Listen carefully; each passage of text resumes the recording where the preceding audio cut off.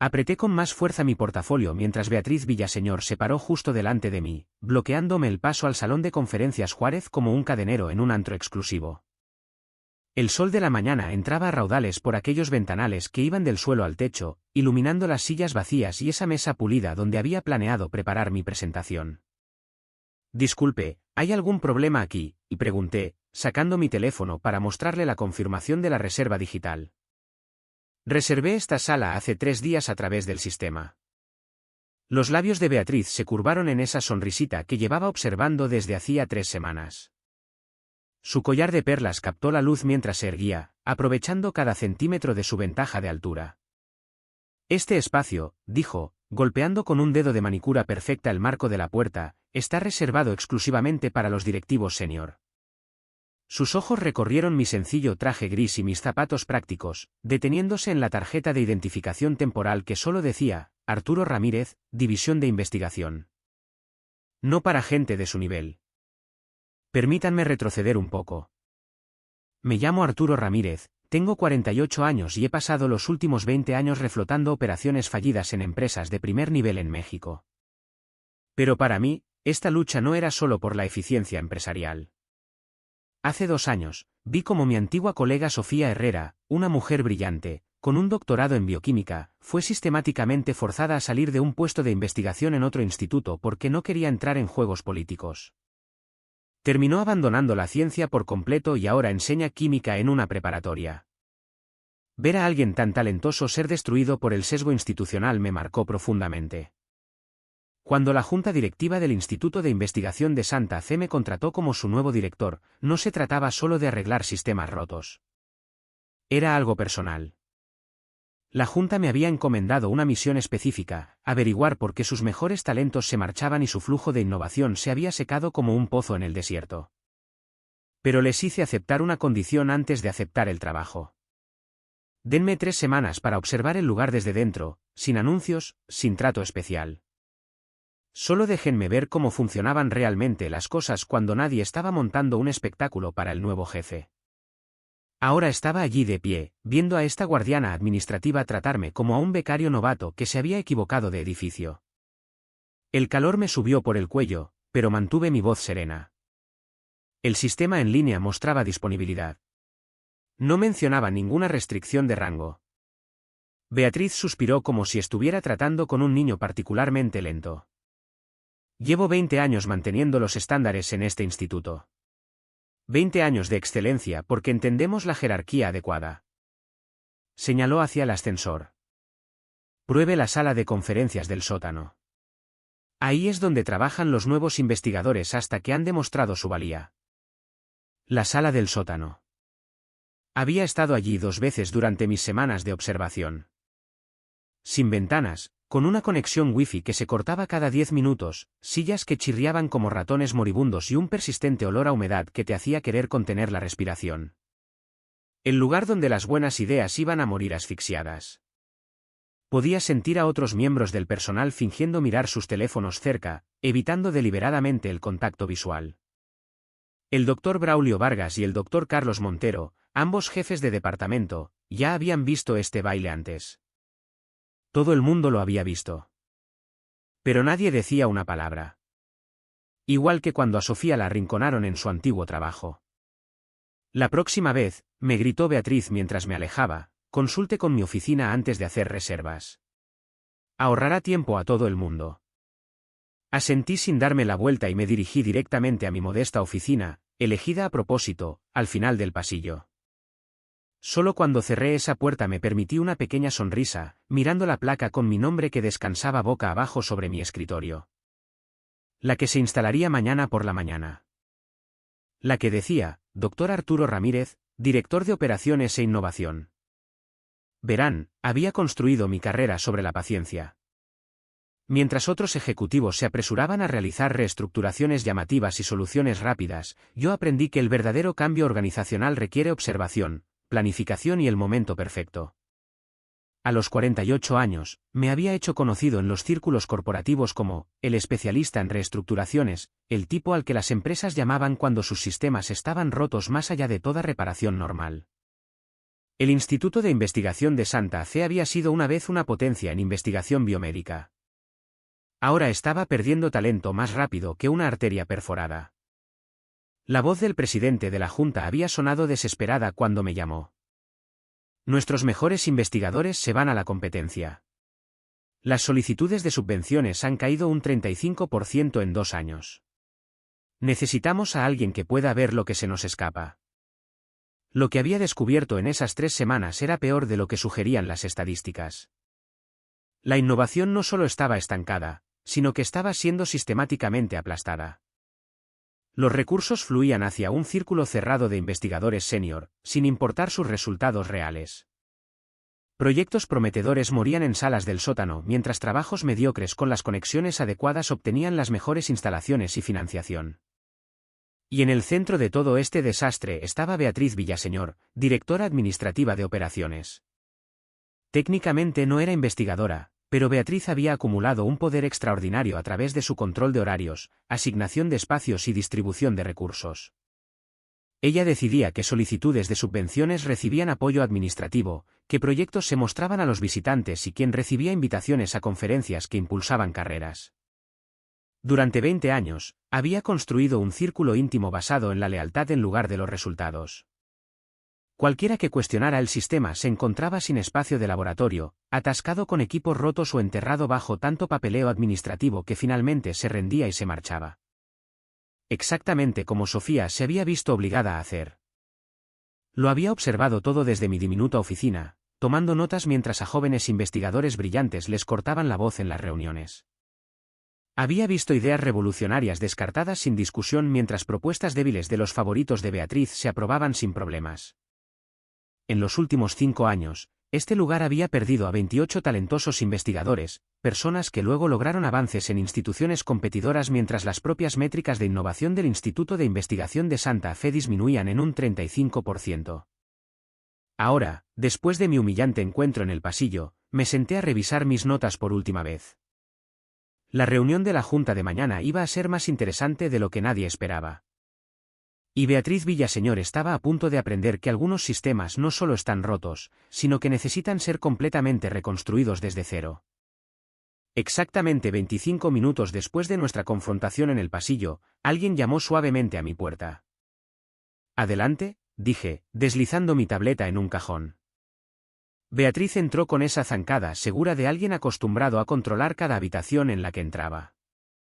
Su sonrisa ensayada vaciló ligeramente cuando notó mi escasa oficina, elegida deliberadamente como el espacio más pequeño disponible en el ala de investigación.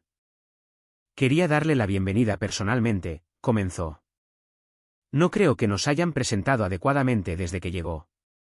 Soy Beatriz Villaseñor, directora administrativa de operaciones.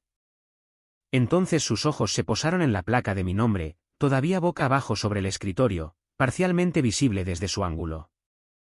¿Qué es eso?, preguntó, dando un paso adelante sin ser invitada. Volteé la placa con deliberada lentitud. El color desapareció de su rostro tan rápido que pensé que podría desmayarse. Director de Operaciones e Innovación, susurró, leyendo el título. Usted es el nuevo. El anuncio de la Junta se hará público mañana por la mañana, dije con calma. Solicité 3 semanas para observar las operaciones normales antes de asumir mi cargo oficial. Se hundió en la silla frente a mí, con ese collar de perlas temblando contra su garganta. La situación de la sala de conferencias esta mañana. Fue exactamente el objetivo, interrumpí. 3 semanas viendo cómo funciona realmente este instituto, en lugar de cómo se comporta cuando la dirección está mirando. Prácticamente podía ver su mente acelerada, calculando estrategias de control de daños. Ya estaba reescribiendo los eventos de la mañana, construyendo narrativas alternativas donde sus acciones servían a un bien institucional mayor. Doctor Ramírez, comenzó, su voz estabilizándose mientras recuperaba la compostura, en mis 20 años aquí, he desarrollado sistemas que mantienen nuestros estándares académicos. A veces, eso significa tomar decisiones difíciles sobre la priorización de recursos. Un enfoque interesante de priorización, dije. He estado estudiando particularmente su sala de conferencias del sótano. ¿Sabía que tiene daños por agua en 3 esquinas? Sin embargo, Ahí es donde el equipo de investigación de inmunología de la doctora Elena Márquez tenía programado reunirse la semana pasada. Su sonrisa se tensó. Los problemas de mantenimiento ocurren en cualquier instalación. Haré que se solucione de inmediato. Junto con el patrón de que investigadores reciben consistentemente instalaciones de calidad inferior, continué. Como la doctora Márquez, cuyo avance en la síntesis de proteínas acaba de ser licenciado por 4 importantes compañías farmacéuticas.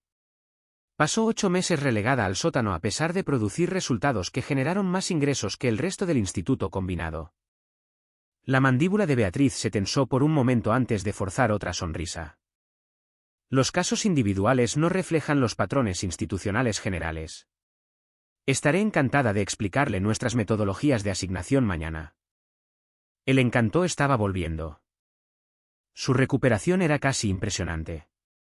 Había sobrevivido a 3 directores anteriores, lo sabía, adaptándose y alineándose cada vez hasta que podía gradualmente moldear la cultura institucional de vuelta a su jerarquía preferida. Espero con interés la reunión de la junta de mañana, dije, sin ofrecer nada más. Se levantó, alisándose la falda. ¿Quiere que el personal de mantenimiento traslade sus cosas a la oficina del director esta tarde? No es necesario. Trabajaré desde aquí hasta después de la reunión de mañana. La confusión parpadeó en su rostro, pero asintió cortésmente. Como desee. Y por favor, siéntase libre de usar el Salón Juárez cuando quiera. Me aseguraré personalmente de que siempre esté disponible. No será necesario, respondí. El sistema de reservas en línea funciona perfectamente cuando todo el mundo sigue las mismas reglas. Se detuvo en la puerta, calculando un último acercamiento. Doctor Ramírez, espero que podamos superar el malentendido de esta mañana. En mi defensa, la Junta mantuvo su identidad completamente confidencial. Sí, dije, mirándola directamente a los ojos. Hicieron exactamente lo que les pedí. Después de que se fue, decidí hacer una visita más al sótano. Lo que encontré allí reforzó todo lo que había observado durante mis 3 semanas de reconocimiento. La sala de conferencias del sótano era exactamente tan deprimente como la recordaba. Las luces fluorescentes parpadeaban en el techo, proyectando sombras enfermizas sobre el papel pintado que se despegaba. Ese olor a humedad flotaba pesado en el aire, y pude ver los daños por agua que le había mencionado a Beatriz, manchas oscuras extendiéndose por las esquinas como una especie de enfermedad institucional. Pero a pesar del sombrío entorno, la sala bullía de energía. 6 investigadores se apiñaban alrededor de una mesa para 20, sus voces animadas mientras discutían su trabajo. Estas eran las personas que Beatriz había marginado sistemáticamente, aquellas cuyas ideas amenazaban el orden establecido. No se preocupen por mí, dije, tomando asiento en una esquina del fondo. Por favor, continúen. Intercambiaron miradas inciertas antes de que una joven de ojos brillantes y expresión decidida se levantara. Era Elena Márquez, cuyo trabajo había estado siguiendo. Como decía, continuó, nuestro nuevo método de síntesis muestra una eficiencia del 94% en el desarrollo de proteínas en etapa temprana, en comparación con los estándares actuales de la industria del 76%. Hizo clic para pasar a la siguiente diapositiva, que se negó a avanzar. El viejo proyector gemía y zumbaba, su ventilador luchando contra años de polvo acumulado. Tocó el control remoto repetidamente antes de suspirar. La tecnología aquí abajo siempre es temperamental, dijo. Déjame intentar, ofreció un investigador mayor, jugueteando con los cables detrás de la máquina. El trabajo de Elena merece ser visto adecuadamente. Podría revolucionar el desarrollo de medicamentos si se le diera el apoyo adecuado. Observé la presentación de Elena, maravillado por su elegancia. Su metodología era brillante, una simple adaptación que podría acelerar la investigación farmacéutica y reducir los costos en millones. Y sin embargo, allí estaba ella, presentando en un sótano mohoso mientras las salas de conferencias de arriba estaban vacías. ¿Ha presentado esto a los jefes de departamento?, pregunté cuando terminó. Los hombros de Elena se tensaron. 4 veces. Cada vez me dijeron que necesita más desarrollo antes de ser considerado para los recursos del instituto. Mientras que el doctor Sergio Corona obtuvo financiación completa para su estudio de imágenes derivado el mes pasado, murmuró otro investigador. Su enfoque es básicamente una repetición del trabajo de la década de 1990. El doctor Corona ha trabajado estrechamente con la señorita Villaseñor durante 15 años, explicó Elena en voz baja. Es parte del círculo íntimo. Asentí, tomando notas. ¿Y cuántos de ustedes usan este espacio regularmente? Los 6 levantaron la mano.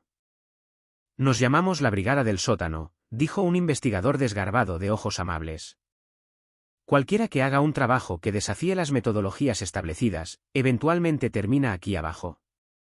Y sin embargo, se quedan, observé. Elena enderezó los hombros. La ciencia importa más que el entorno. Aunque seamos invisibles aquí, el trabajo no lo es.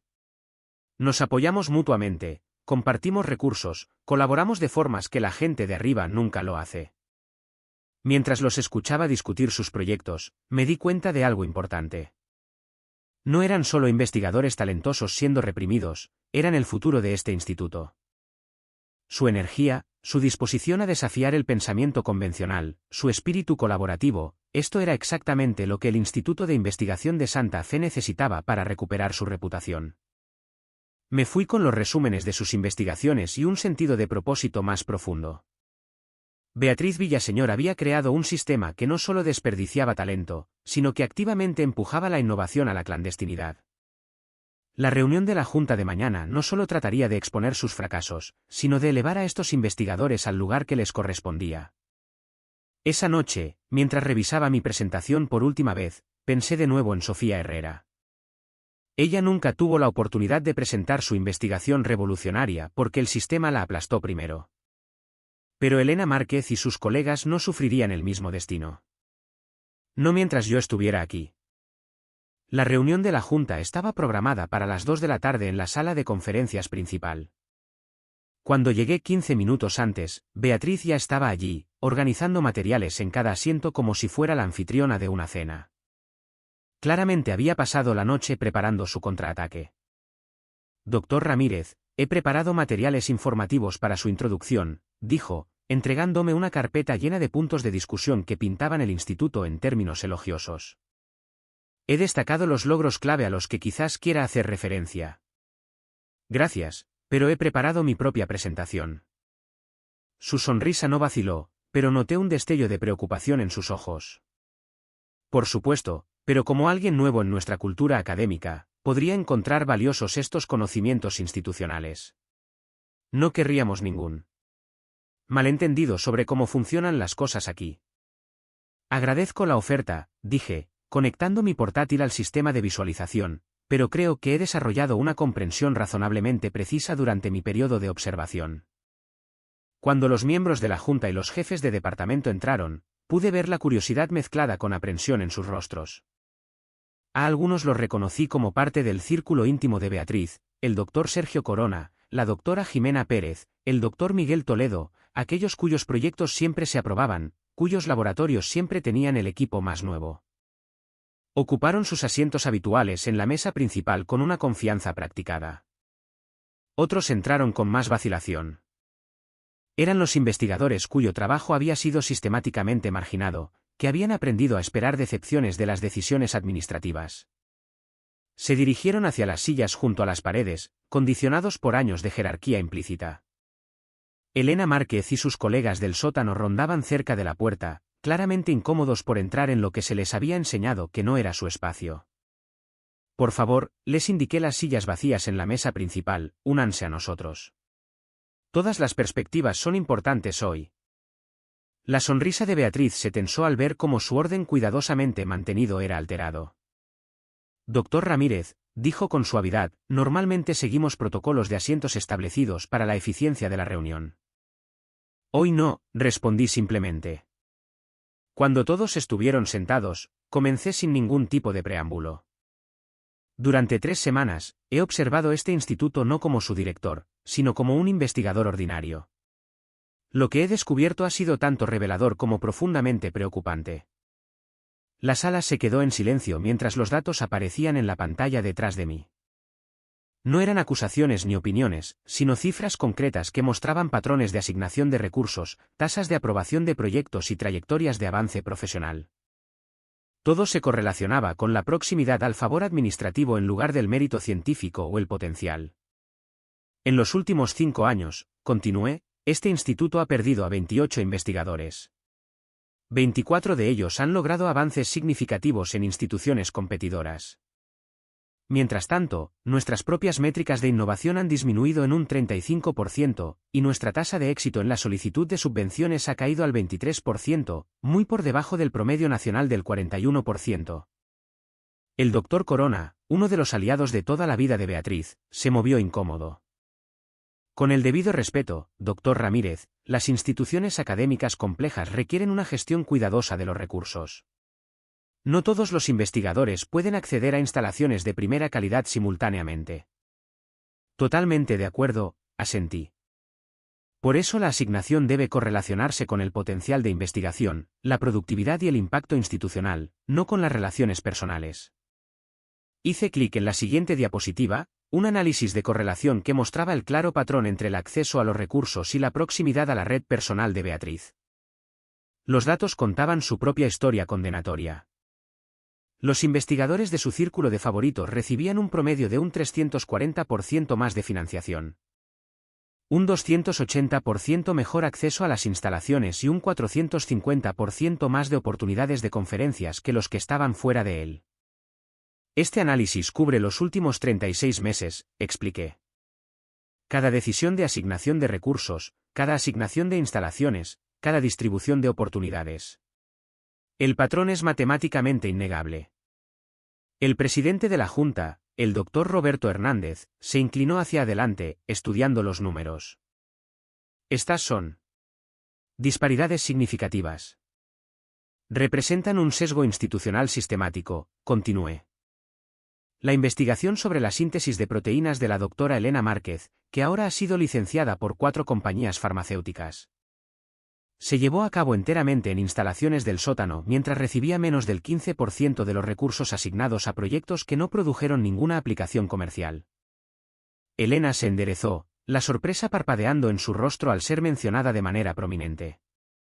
Beatriz mantuvo una compostura perfecta, pero noté que apretaba el bolígrafo con más fuerza en sus manos. Los resultados de los proyectos individuales no se pueden predecir de antemano, interrumpió. La asignación de recursos debe considerar factores más allá del potencial comercial inmediato. ¿Cómo cuáles?, pregunté. Experiencia del investigador, relaciones institucionales, viabilidad administrativa, alineación estratégica a largo plazo. Su voz llevaba la autoridad practicada de 20 años en el poder. Criterios interesantes, dije, pasando a la siguiente diapositiva. Porque ninguno de esos factores se correlaciona con las métricas de éxito reales que he analizado. Sin embargo, hay un factor que predice la asignación de recursos con una precisión del 89%.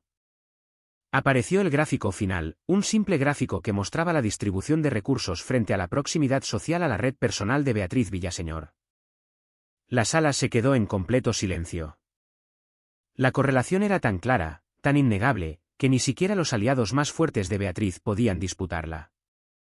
No se trata de culpar a individuos, aclaré, observando la expresión de Beatriz, que se mantenía cuidadosamente neutral.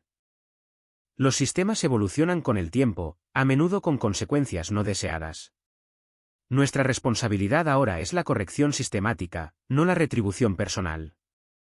Durante los siguientes 20 minutos, esbocé reformas integrales. Asignación transparente de recursos basada en la revisión por pares a ciegas.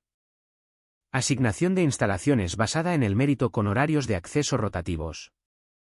Sistemas de denuncia anónima de sesgos o favoritismos.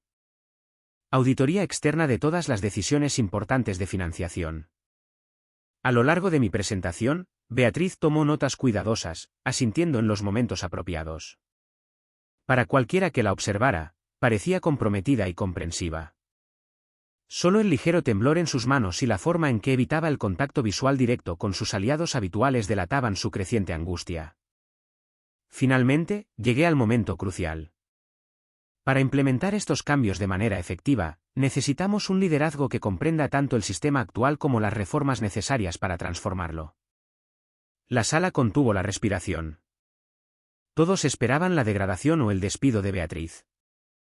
Por lo tanto, Estoy creando un nuevo puesto, director de Equidad y Transparencia Institucional.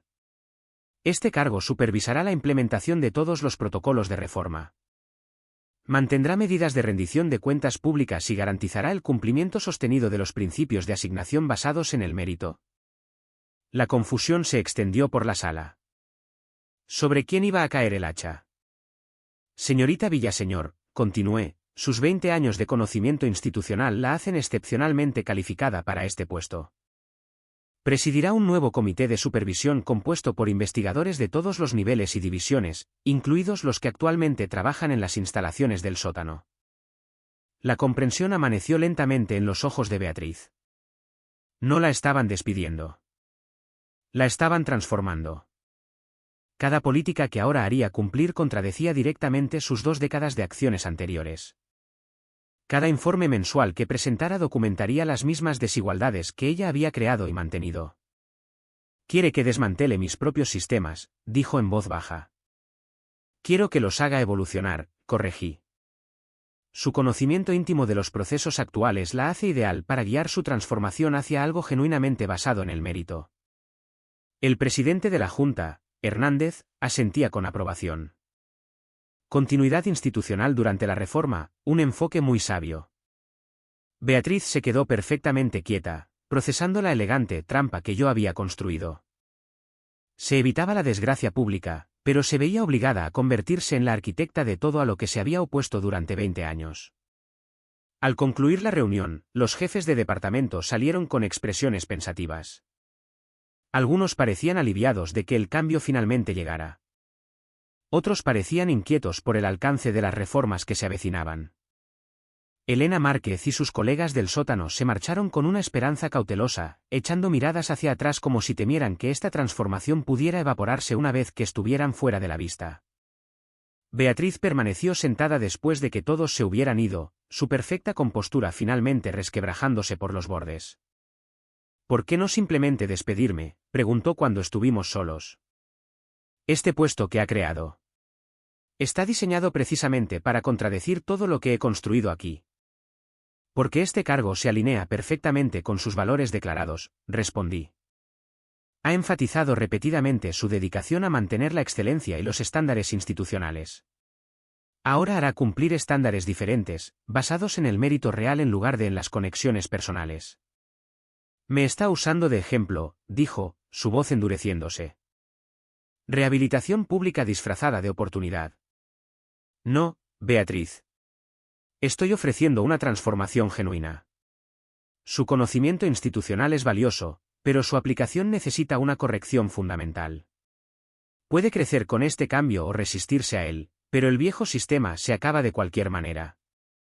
Recogió sus materiales, la dignidad volviendo a ensamblarse a su alrededor como una armadura. He sobrevivido a 3 directores antes que usted, doctor Ramírez. Lo sé, dije con calma. Cada vez esperó a que se fueran, y luego restauró gradualmente los patrones familiares una vez que su atención se desvió a otra parte. Se detuvo en la puerta, mirándome directamente a los ojos. ¿Eso no pasará esta vez? No, dije. Porque a diferencia de mis predecesores, no vine aquí por ascenso profesional o prestigio. Vine a resolver un problema específico. Y no me iré hasta que esté solucionado. 8 meses después, la transformación estaba completa, y superó incluso mis expectativas. La primera gran victoria llegó solo 6 semanas después de la reunión de la Junta. La investigación de síntesis de proteínas de Elena Márquez consiguió 30.600.000 pesos en financiación del Consejo Nacional de Humanidades, Ciencias y Tecnologías. Su metodología ya estaba siendo adoptada por equipos de investigación en la UNAM y el TEC de Monterrey. La sala de conferencias del sótano donde se había visto obligada a presentar su trabajo inicial se había convertido en el Laboratorio de Colaboración e Innovación, una instalación de última generación en la que los investigadores ahora competían por reservar tiempo.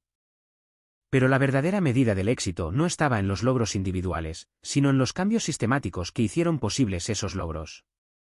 Beatriz Villaseñor, ahora directora de Equidad y Transparencia Institucional, se había convertido en la ejecutora más minuciosa de las políticas basadas en el mérito que el instituto había visto jamás. No porque quisiera, sino porque cada decisión que tomaba estaba documentada de forma transparente y era revisada públicamente.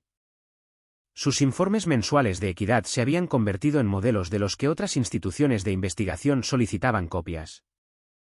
La transformación no había sido fácil para ella. La había visto luchar con la implementación de políticas que contradecían directamente 20 años de comportamiento practicado. Pero gradualmente, sucedió algo inesperado. A medida que veía a investigadores talentosos florecer bajo una asignación justa de recursos, a medida que proyectos innovadores avanzaban basados en el mérito en lugar de las conexiones, su resistencia se suavizó hasta convertirse en algo parecido a una convicción genuina. «Sabe», me dijo durante una de nuestras revisiones mensuales, había olvidado lo emocionante que podía ser la investigación de vanguardia. Cuando empecé aquí hace 20 años, eso fue lo que me atrajo de este trabajo. Los números contaban la historia mejor que cualquier anécdota individual. La retención de investigadores había mejorado en un 78%. Las tasas de éxito en las solicitudes de subvenciones habían subido del 23% al 47%, muy por encima de los promedios nacionales. Lo más importante es que la producción de investigación había aumentado en un 42%, con 16 innovaciones importantes actualmente en diversas etapas de desarrollo comercial. La brigada del sótano se había disuelto, no porque hubieran sido reprimidos, sino porque ya no necesitaban esconderse bajo tierra. Elena Márquez ahora dirigía la nueva iniciativa para investigadores en inicio de carrera. La doctora Sandra Curry, cuya investigación sobre adaptación climática había sido ignorada durante 3 años, recibió un nombramiento conjunto con el CIMBESTAB. Las innovaciones en dispositivos médicos del Dr. Javier Rivas habían dado lugar a 2 empresas emergentes. Incluso el Dr. Corona, el antiguo aliado de Beatriz, se había adaptado a la nueva realidad. Sin el acceso garantizado a los recursos basado en las conexiones, se había visto obligado a elevar la calidad de su investigación. Su reciente publicación sobre el mapeo de vías neuronales fue, de hecho, su trabajo más sólido en años. A menudo pensaba en Sofía Herrera durante esos meses.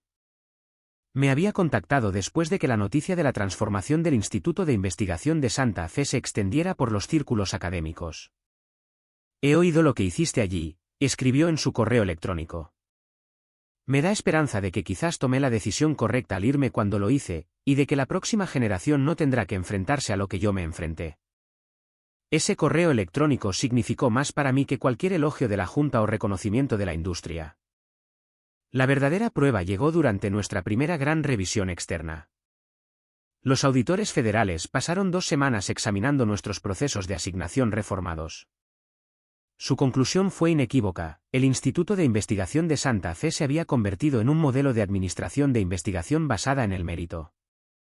Nos invitaron a presentar nuestra metodología de transformación en la conferencia anual del Consejo Nacional de Humanidades, Ciencias y Tecnologías. De pie en ese mismo Salón Juárez donde Beatriz una vez me había bloqueado el acceso, observé a Elena Márquez practicar su presentación principal para la conferencia del Consejo. Había sido seleccionada como la presentadora principal, no por conexiones o política, sino porque su investigación representaba lo mejor que la transformación institucional podía lograr. «Doctor Ramírez», dijo después de terminar su ensayo, «quería darle las gracias. No solo por las oportunidades, sino por mostrarnos que los sistemas realmente pueden cambiar». «Usted se ganó cada oportunidad por sí misma», respondí. «Yo solo eliminé las barreras artificiales que impedían que su talento fuera reconocido». Al reflexionar sobre los últimos 8 meses, me di cuenta de que el liderazgo a los 48 años me había enseñado algo crucial. La verdadera transformación no se trata de gestos dramáticos o del reemplazo total de personas. Se trata de crear sistemas donde el mejor trabajo de todos pueda surgir de forma natural, donde el mérito sea recompensado consistentemente y donde las jerarquías artificiales no puedan anular el talento genuino. Beatriz Villaseñor seguía aquí, seguía siendo influyente, pero ahora su influencia servía a los objetivos institucionales en lugar de a las preferencias personales. Elena Márquez estaba prosperando no porque alguien le diera un trato especial, sino porque finalmente tenía un acceso justo a los recursos que su brillantez merecía. A veces, la venganza más satisfactoria no es la destrucción, sino la reconstrucción. Especialmente cuando el arquitecto del problema se convierte en el constructor de la solución, no por elección inicialmente, sino por la lógica implacable de sistemas diseñados para la excelencia real en lugar de su apariencia. Así es como se ve el verdadero liderazgo. No los movimientos llamativos ni las soluciones rápidas, sino la paciencia para observar, la sabiduría para planificar y la convicción para llevar a cabo un cambio significativo hasta su finalización. La mayor victoria en cualquier organización no es derrotar a tus oponentes, es construir sistemas tan sólidos que el mérito prevalezca sin importar quién esté al mando. El verdadero liderazgo a nuestra edad no consiste en demostrar que tenemos razón, consiste en crear entornos donde la próxima generación pueda ser brillante sin tener que librar las batallas que nosotros libramos.